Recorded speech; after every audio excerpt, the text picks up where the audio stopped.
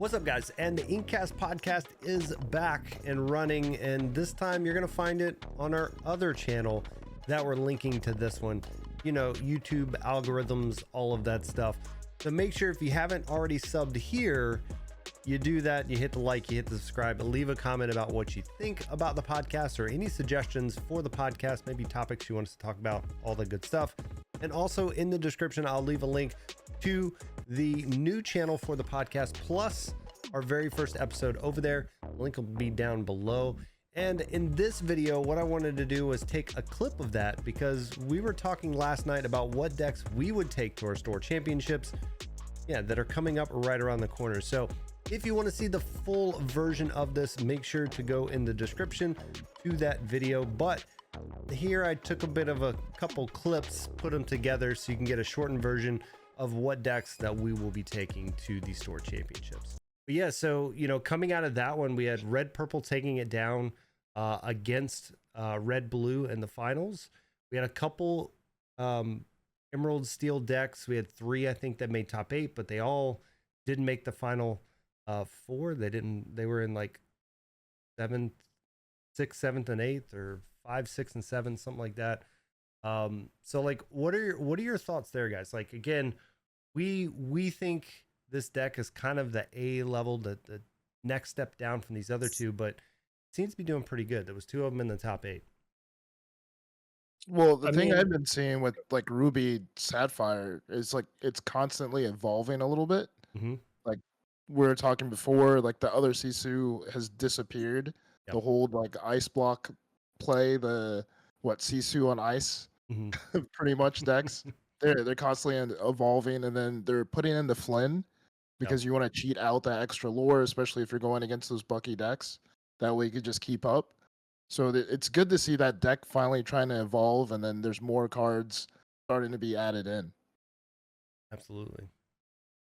Yeah, and having the purple version, the Amethyst one, really kind of substitute the item package that the Sisu on Ice deck usually runs with the Hirams and the Popsicles, things like that, for your classic bounce package that we've seen since set 2.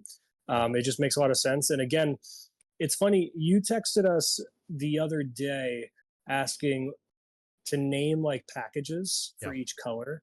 And originally what I told you was like just red or ruby being like removal, like, Brawl, your Medusas, your Trumaines, be prepared. Like that's like to me the identity of red.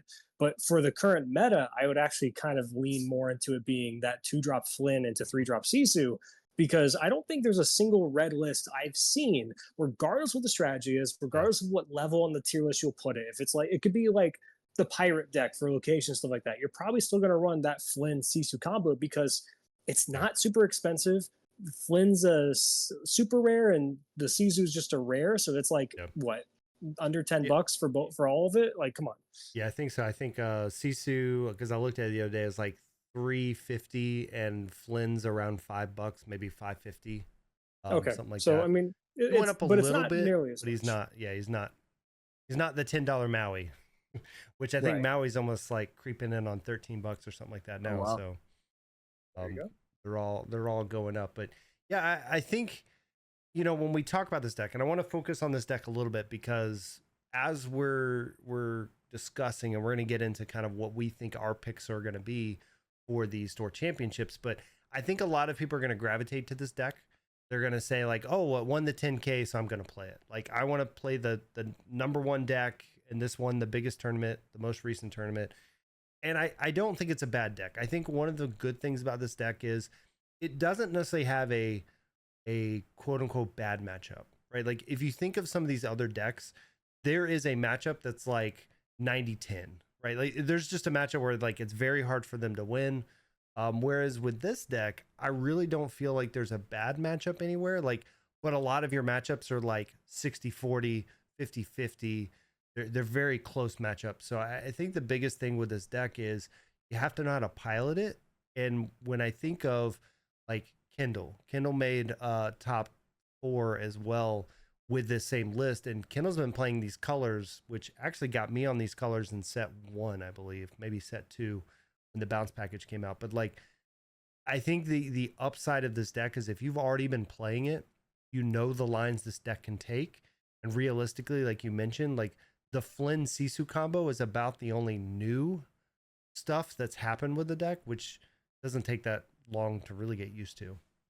So Prashant, like as you're looking, at the list as you're kind of going through it, like what are you still leaning towards? Like, are you still red blue? Is that what you're bringing to the store championships and things like that, or these other decks making you think? I believe so. I think I'm just gonna run Ruby Sapphire. This is what I started with.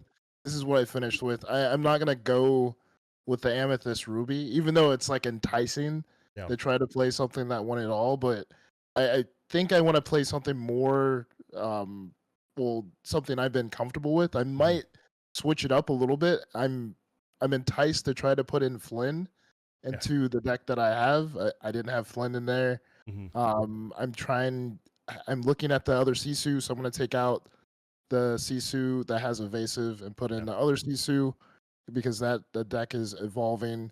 I do have Bell in mine, so I might take out Bell and put in like another Tamatoa. It's definitely one of those decks where like there's a few variations running around, like you mentioned, and it has evolved. We've dropped the evasive Sisu. That was, taking people out.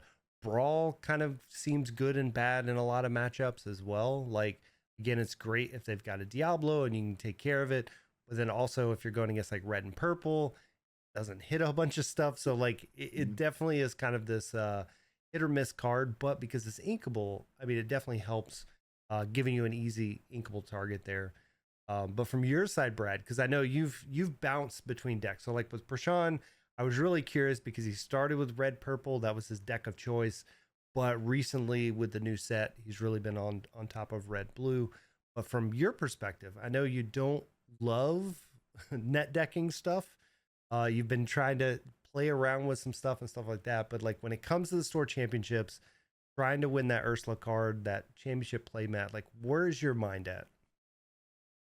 I think I would probably look towards playing. I would either be playing a Bucky deck or I'd be playing a deck that I know for a fact beats both Bucky and Ruby Sapphire. And I guess in a sense also would beat the Ruby Amethyst deck. I'd look at those three decks as like a target. Yep.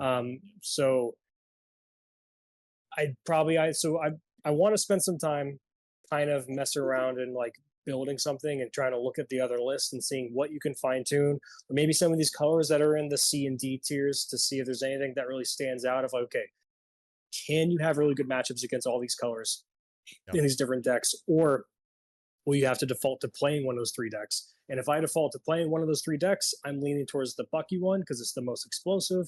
It's the one that I have the most experience with playing anyway, because I started out playing discard through the first few sets anyway. I just think that's where I kind of would lean to.